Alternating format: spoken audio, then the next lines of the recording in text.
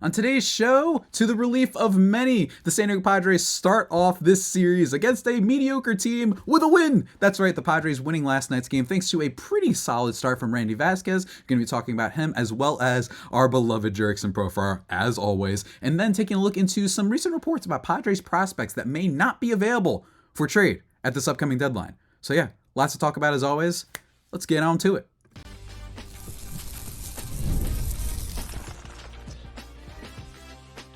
You are Locked On Padres, your daily San Diego Padres podcast. Part of the Locked On Podcast Network, your team every day.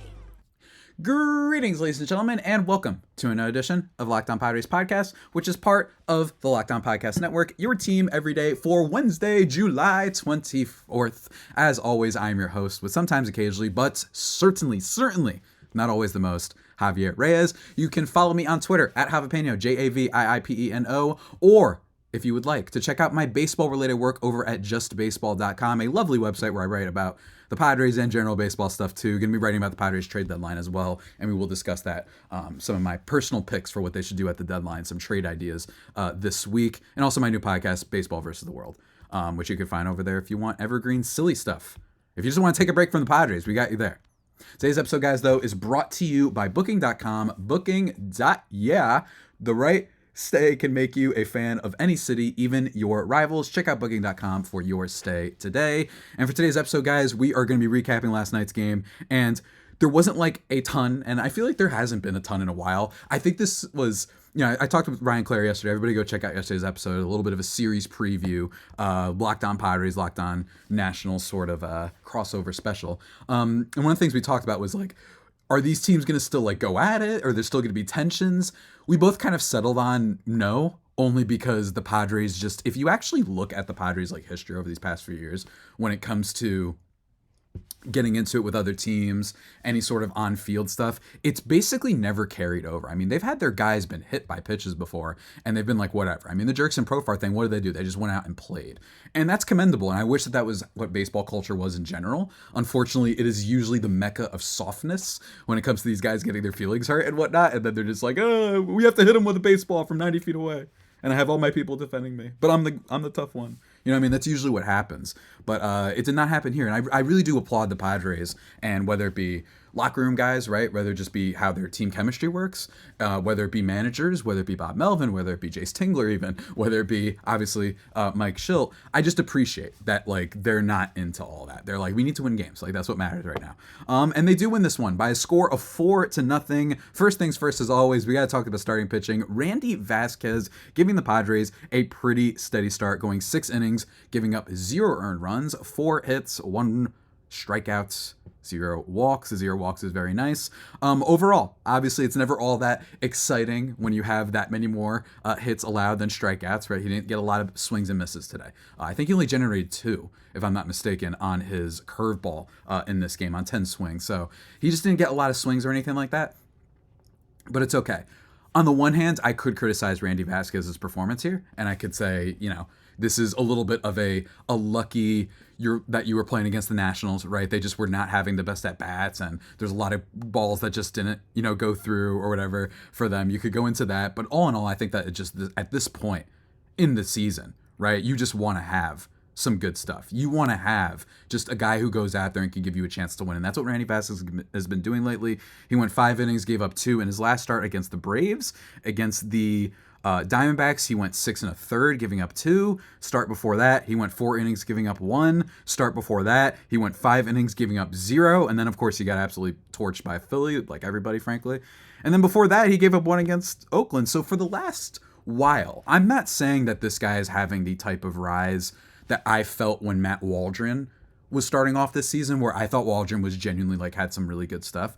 I still think Randy's got a little bit of a ways to go, right? I still think that all of his pitches have basically been getting teed up this year, right? If you look at his overall numbers on the season, that's kind of been one of the problems with him, is that they're hitting the crap out of him when they are making contact. And that's the thing, though, is that I think that over time, when he develops more swing and miss stuff, I still think he could be a little bit better. And at the very minimum, he's good at not giving up free bases, right? If that's one positive for your fifth starter, at least he's not giving up walks. So you really appreciate that. But all in all, he needs to tinker. This is a guy who has a lot of pitches, and none of them particularly stand out, with the exception of maybe his curveball a little bit, as you saw last night.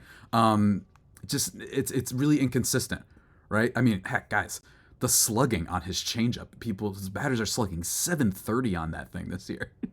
Like, that's just insane. You know what I mean? Batters are slugging. Let me see here. What are they slugging? They're slugging 615 against his sinker. You know what I mean? Like, this guy just has not perfected everything. But again, he's still young, and I'm not too worried about that. We've got time.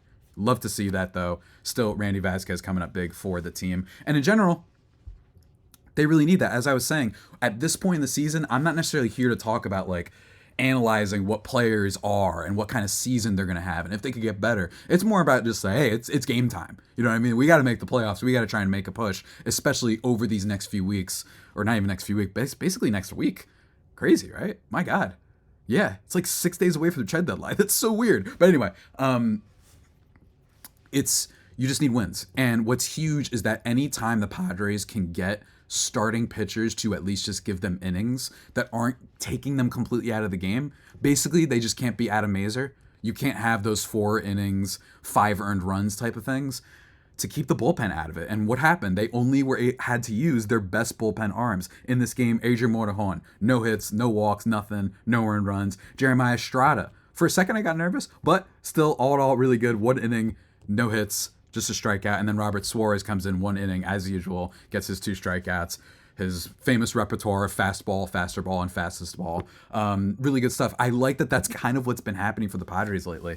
It's kind of exciting that they've been in this position where their past, like, 5 starting pitchers, I should say past 5 or so, past 4 starts, have all been, like, really, really quality. And that's huge for a team that I think is currently in the process of making a trade to help out that bullpen. I really do. I think that they're in the process as we speak. So to have these good starts, you know, even Matt Waldron, by the way.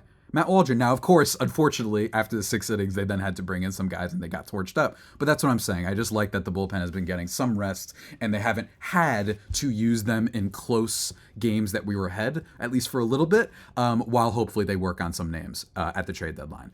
I will say I'm a little bit nervous because I don't know exactly who's going to be available at the trade deadline. I don't know, like, how much is out there. Every team, I feel like, needs pitching. We've talked about this. So many Tommy John surgeries, all that stuff. So we'll see how that transpires. I still think they can get arms, at least bullpen arms. I don't know about starting pitchers. I'm starting to get worried about that. But regardless, it'll be a fun trade deadline. And we're going to talk a little bit more about trade deadline stuff. But I have a couple more notes from this game that I want to get into. But first, folks, let's take a second to talk to you about one of our latest and newest and greatest sponsors. That is Booking.com, Booking.yeah.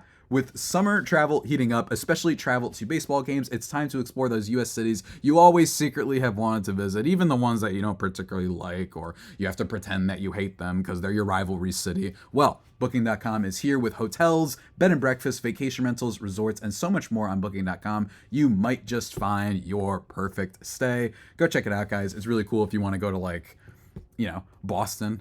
You know what I mean? You want to be on their home turf. I'm going to be there this summer. That's going to be a lot of fun. And they can help you out with little lobsters and rolls and a really good hotel that's nearby. All that sort of stuff. They give you all the recommendations.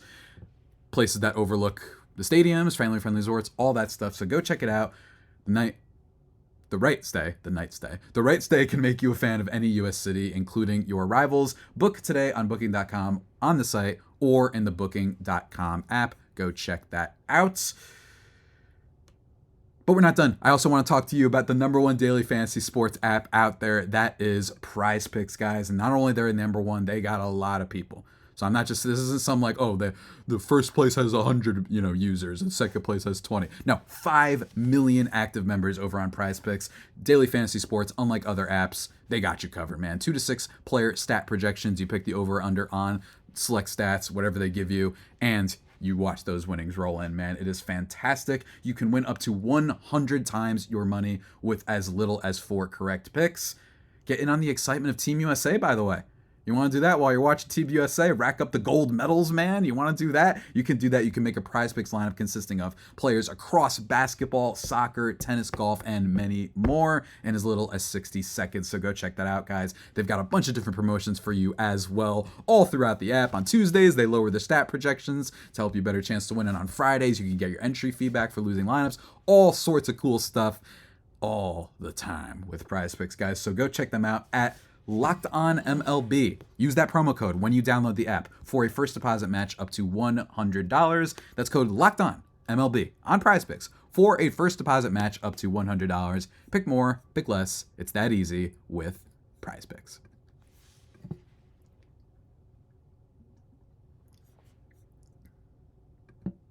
And just like that, everybody, we are back here on the Locked On Padres podcast, thriving and vibing as always, continuing the recap. And I have to say, this game was not going well for a while. I mean, I just spent the whole segment talking about Randy Vasquez, but the scoring does not start until the top of the fifth inning. And I know everyone's thinking, oh God, the Nationals had a fellow by some dude named DJ Hers, right? And this is a guy who had a 5.17 ERA coming into the game. And what else? He's a lefty. And what has been the common theme with this team? I mean, we talked about it on Monday. We talked about it on Tuesday. We talked about it probably every day of the last 2 months, is that this team, 2 steps forward, 2 steps backwards, and they've been really shaky against lefties across the season. Not the worst. They were, I think at one point, they were the worst in baseball, if I'm not mistaken. So they've improved a little bit, but they've struggled, and it can be any lefty. That's one of the most frustrating things. I mean, it was like, you know, Tyler Anderson, or not even Tyler Anderson. It was like some guy I never heard of on the Angels when they got swept, and they look like Randy Johnson whenever they hit, right? So you see that, and again, not that bad of a performance, right? The Padres don't actually hit this guy up all that much, even though they probably should be, considering the series when you just came off of, considering the momentum. He goes 5 innings, gives up 2 earned runs on 5 hits, so nothing incredible.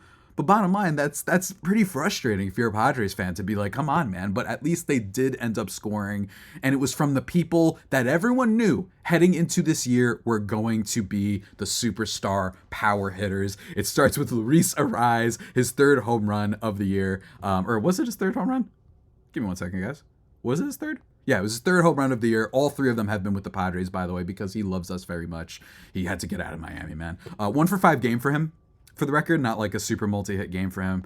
Still hoping that he heats up a little bit and starts being more of that, 4 for 5 guy. But even still, he's still been really good for a while now, a significant amount of time, I should say. The past 6 games or so, he's been hitting the ball better, getting some doubles. He actually has 3 doubles in his last, I think, 6 games. So shouts to him and shouts to the home run. He's also been drawing walks. So hopefully that little injury that might have bugged him, that we saw is the reason he sat out from the All-Star activities. Hopefully, maybe that was one of the reasons why he'd been underwhelming so far for the Padres. So we'll see. But all in all, good thing for him. And then Jurickson Profar hitting a solo shot right after that. This man just keeps rising to the moment.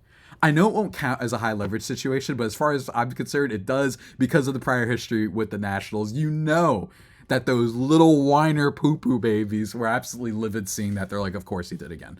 You know what I mean? And that's what happens here. But of course, that's not all. The Padres then score with Jackson Merrill driving in our boy Manny Machado, and then Jackson Merrill gets a sacrifice ground out later. They didn't score as much as you would have liked with bases loaded and nobody out. I thought Ha-Seong was going to come up there. Unfortunately, doesn't seem to have been the case. But bottom line, they get 4 runs. Padres bullpen shuts them out. Good stuff. Overall, Machado 2 for 3 in this one with a double and a walk. So he has continued to show that he seems to be approaching the Manny Machado of old, even if his walk rate isn't as stellar as it once was. He's still been, at least at the very minimum, been doing a lot better. Nothing for Cronenworth, but I want to talk about Xander Bogaerts real quickly.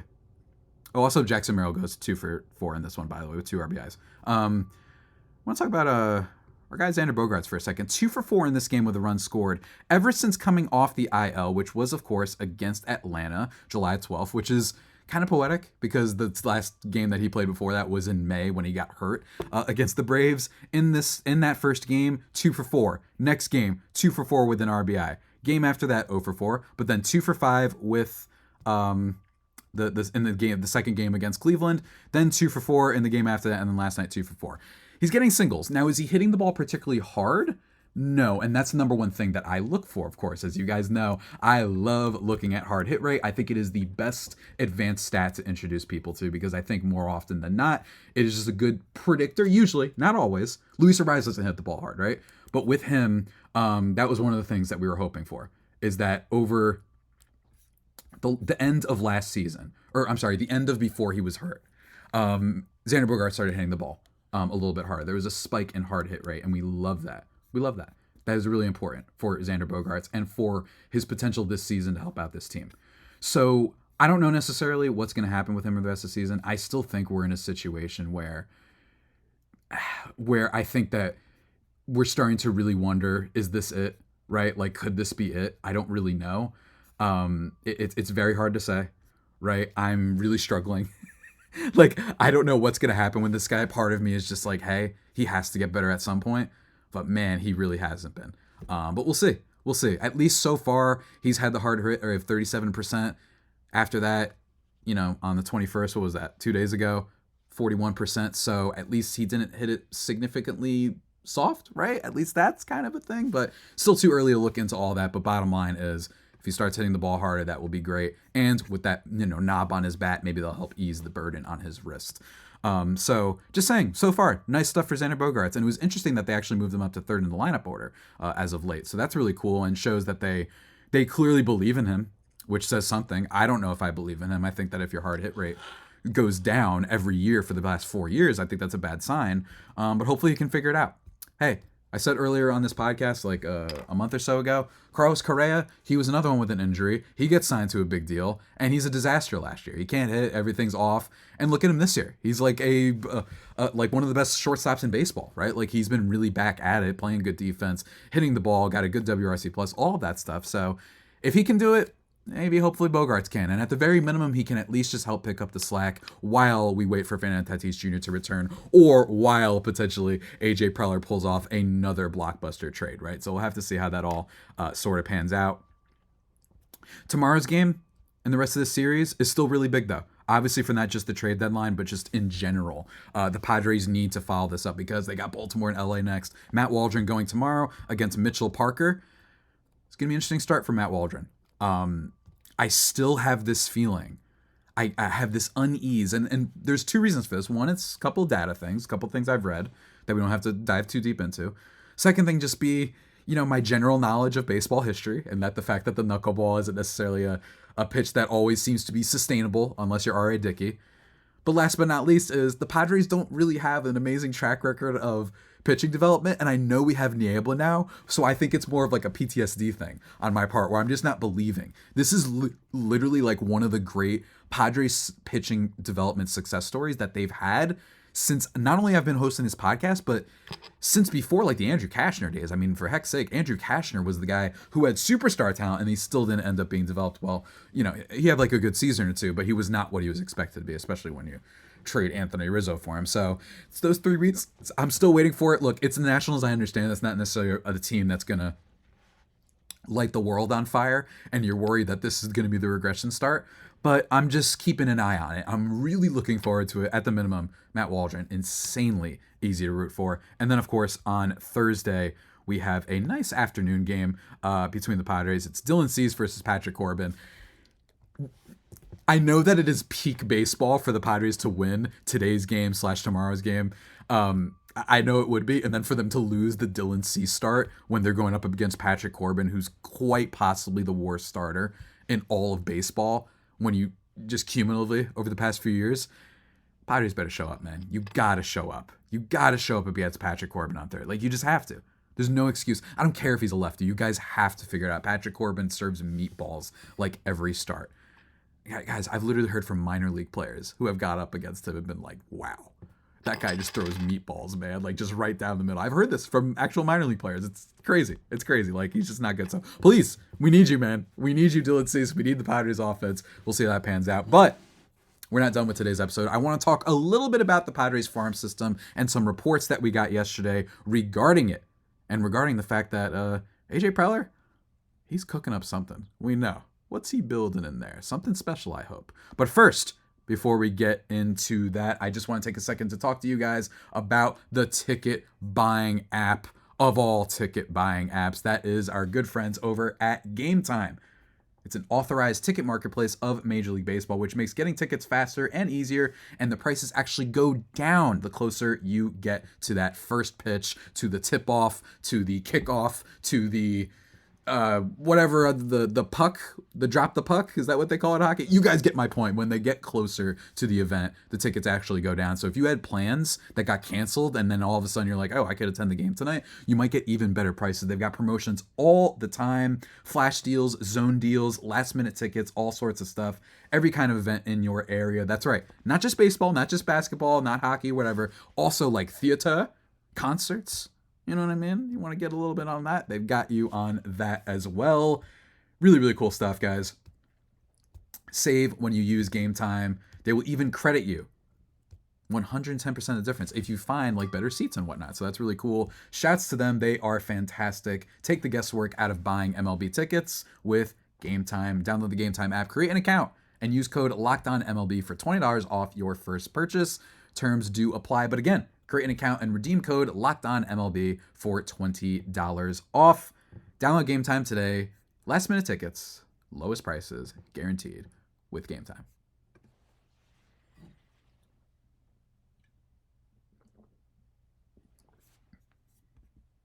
And just like that, ladies and gentlemen, we are back here in the final waning moments of the Locked On Padres podcast. The vibes have never been more cautiously optimistic, I think is the way to describe it. There was a report that came out yesterday. Jeff Passan over at ESPN, I recommend. First, everybody knows Jeff Passan, especially if you're a baseball fan, the main sports beat for baseball over at ESPN. Just an incredible writer. Like, I just want to throw that out there. Like, his piece alone that he wrote about Ohtani from the offseason, and I understand he's on Dodgers now, but I'm just saying, like, that guy is an amazing writer. I just want to throw that out there. But anyway, he reported yesterday, started previewing the deadline. I highly recommend everybody go check it out. And one of the things that they're saying, and this is one of the things that we had actually heard through a bunch of different reporters, that Leody DeVries, I'm struggling, guys, sorry, and Ethan Salas are off the table. This is big news. I think that, now here's the thing. There's all sort of things that go into this, right? Like, how does he know this? Now, here's the thing. This is Jeff Passan. This isn't just some random beat reporter from like a small little shed in San Diego or whatever. I'm not trying to be mean, but you get my point, right? This is like the guy. And he wouldn't be saying this if it's not, pretty credible, in my opinion. I mean, Padres fans know it first with that Max Scherzer thing, man. You know what I mean? Like, don't get your hopes up unless it's Passan to confirm it, apparently. There's a whole nother conversation at some point about the media and like how it works, and it's not necessarily all that great. That seems to be like one person you can trust, but whatever. That's for another topic, and frankly, another podcast. I think the Padres can get bullpen help. I think you can always get bullpen help, and even if it's not the slam dunk, oh, we're getting Mason Miller or whatever, I think you can really, really get some help. I actually wouldn't be surprised if the Padres acquired or went after a Mason Miller, only because that would tell me they're like, okay, we don't like the starting pitching prices. Let's just go get a crazy good bullpen arm, and then hopefully the rest of our rotation can get healthy. I think he's still probably going to Philly based solely off of the fact that he was on their flight or whatever it was. I don't know. It just feels like the energy is in the air there, but I don't know what the Padres can necessarily get when it comes to top of the line players without a Salas or a DeVries. I still think that if you give up a Dylan Lesko or a Robbie Snelling, that you could get something. But I will say that, do you want to do that? There's going to be questions with this team starting pitching. How much is Michael King going to cost? Seriously. On top of the fact that he's going to go up in arbitration, him and Dylan Cease only have one more year of club control, which is great. I understand that this is still a team primarily focused on winning now, but if you trade your top pitching prospects, all of a sudden you're in a position where, now, you remember like, what was it, 2022? We were heading into that season going, all we right now have solidified is Joe Musgrove. You know what I mean? It was like Joe Musgrove, and that was it, I think, at one point. And you were like, this is a little bit weird. Like, you want to make sure that you've got more reinforcements because you don't want to ride all on your farm system. But if the Padres do give up those guys, then it's better be some guys that have control, right? You have to make sure it's your Crochet types, although Crochet might have an innings limit. It's got to be, some stud. I don't even know who necessarily. I just don't think that they should do it, though. I just don't want to trade these pitching prospects. I understand that the Padres, I just literally would be a hypocrite. I just talked about how much I have PTSD from their lack of development there, but that's more overall. And recently, you've seen that they've been able to develop guys. So for me, if you trade those players, man, you better get some pitchers that have some years of control. You have to. Because then all of a sudden, next year could end, and then you have nothing, right? All you have is maybe Musgrove and then maybe Darvish. That doesn't sound fun, right? And with the way that Dylan Cease has been pitching, with the way he's pitched before, and certainly with the way that Michael King's pitching, this could become an issue. I am not necessarily in favor of extending them, only because, you know me, I want to see what the heck we have. I don't want the roster to be constrained even more financially than it already is. But with those two being off the table, I'm wondering, like, which prospects would I be comfortable getting rid of? I would personally, if it means getting someone good, I would be okay if you gave up one of Snelling and Lesko. I think. It's still really tricky, though, right? Because on the one hand, I just really like having these ammo things, and I think, and I believe this was reported by Dennis Lin, The Athletic, that some Padres brass, they're seeing Jackson Merrill succeed, and they're like, we don't want to trade our top prospects again, because look what we got out of this. We got Jackson Merrill, so I think that's why we're seeing that those two are off limits. It also tells me, is it potentially a good sign that, Preller isn't going to have unhinged maximum power like he's Emperor Palpatine, right? That's good. You never want to be, as someone who's followed every sport, you never want to be in a situation where a guy is about to get fired, so he's like, screw it, I don't care about the future. And then he does a trade where he gives you a good player that's past their prime, and you gave up like 7 first-round picks, and then you're screwed, right? You never want to be in that situation. So at least it looks like ownership, whoever it is, management, is at least saying you can't deal these two. Now, some of you might be thinking, well, shouldn't we be more willing to trade the guys that are like 18 and 17 years old? My response to that would be no, because them being top-level prospects at this age, and some people are super bullish on Salas. I'm not as, for the record, as everybody else. I think that peripherals are great when judging prospects. I think they can be great, especially for sure. The build is great. He's only 17, or I think he's, 18? He's 18 now. DeVries is still 18 or 17. I understand, but I don't want to be giving up those type of players, man. Those could be transformational type of players, or at least let's wait a little bit longer to see what we've got out of them, right? You don't want to be in a situation where you're trading the next Trey Turner. And we are already currently seeing, for the fans getting mad, we're already currently seeing what they gave up for Juan Soto turning out really good. Mackenzie Gore is good. He's getting some good strikeouts. I would kill for having Mackenzie Gore in this rotation right now. James Wood, freak-looking athlete, insane build. He just got called up. CJ Abrams, he's pretty dang good, right? So those are 3 really important pieces, so they need to be careful. I think overall, though, I think a Brandon Valenzuela is the type of guy that you could get rid of. He's a catcher, right? I think he's the type of player that could help the team now if an injury were to happen with Higgy or with Luis Campusano. Only by help, I mean that's who would be the fill-in, probably, in my opinion. We'll have to see. But I just don't think that he has that much of a future on this team. So him, I'm okay with getting rid of. Adam Mazur, I know it sounds bad, but I'm just really disturbed by the fact that this is a guy who was known for not throwing, not walking batters, not throwing too many balls. And what did he do when he came up? Always walk a lot of batters. So that worried me about his long-term viability for this team. And then after that, it gets thin fast. I don't want to give up on your Graham Paulies yet necessarily, but you know what the Padres have a tendency to do? When some of their prospects don't do well, when initially called up, it feels like they're ready to ship them out. Maybe I'm overthinking this, but you look back and you say, well, they shipped off, Ty France kind of quick. They shipped off CJ Abrams, right, in the Juan Soto deal. They shipped off, who was the other one? I'm blanking right now.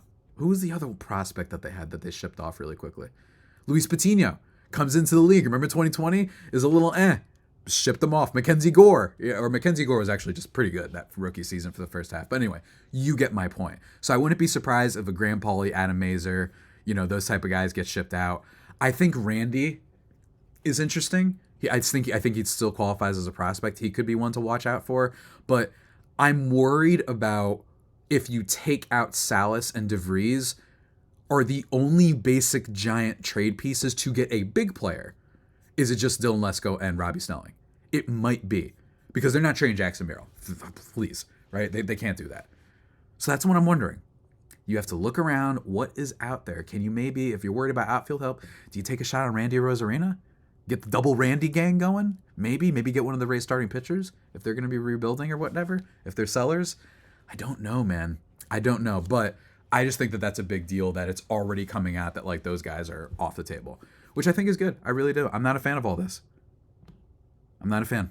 So we'll see. I just got an alert about Mike Trout being removed from his first rehab start, and I thought it meant start, like in general, like, oh my God, are they taking him out because he's going to get traded? That would be hilarious. But yeah, guys, we'll see. It's going to be a crazy trade deadline, but those are my thoughts on it for now. Later this week, I'm going to be talking about my personal like trades that I think could work for the Padres, see how they go. Not necessarily getting deep into what the trades would look like, because that's the final thing.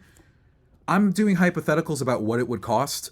You never know. The Padres acquired Dylan Cease for like none of their golden egg top prospect. They didn't have to give up Merrill. They didn't have to give up Lesko, Snelling, DeVries, or Salas, right? When they did the trades for Darvish and Snell, Snell, you had to give up Patino, who's one of their top guys at the point, for sure. But don't assume that teams are all looking on Fangraphs, Baseball America, right, MLB.com, and they're like, oh, this is one of our top prospects, can't trade him. Like, there's a lot of levels to this stuff. And sometimes bad trades. Go look at Oakland. Oakland got nothing for Matt Olson. They got nothing for Sean Murphy. Literally, their best trade was probably for Sean Manaea, hilariously enough. So it's not a lock that something will cost what you think it's going to cost. Because some teams, they got to sell. Like, they got to get something. And if teams are like, no way, we're going to overpay for one season of Jack Flaherty, we'll give you this guy. And they're like, okay, well, we can't leave with nothing.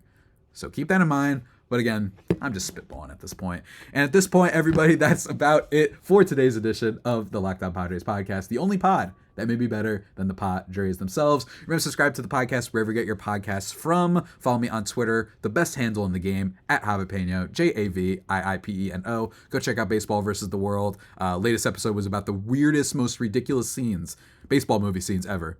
The Sandlot was discussed. The Fan with Robert De Niro was discussed.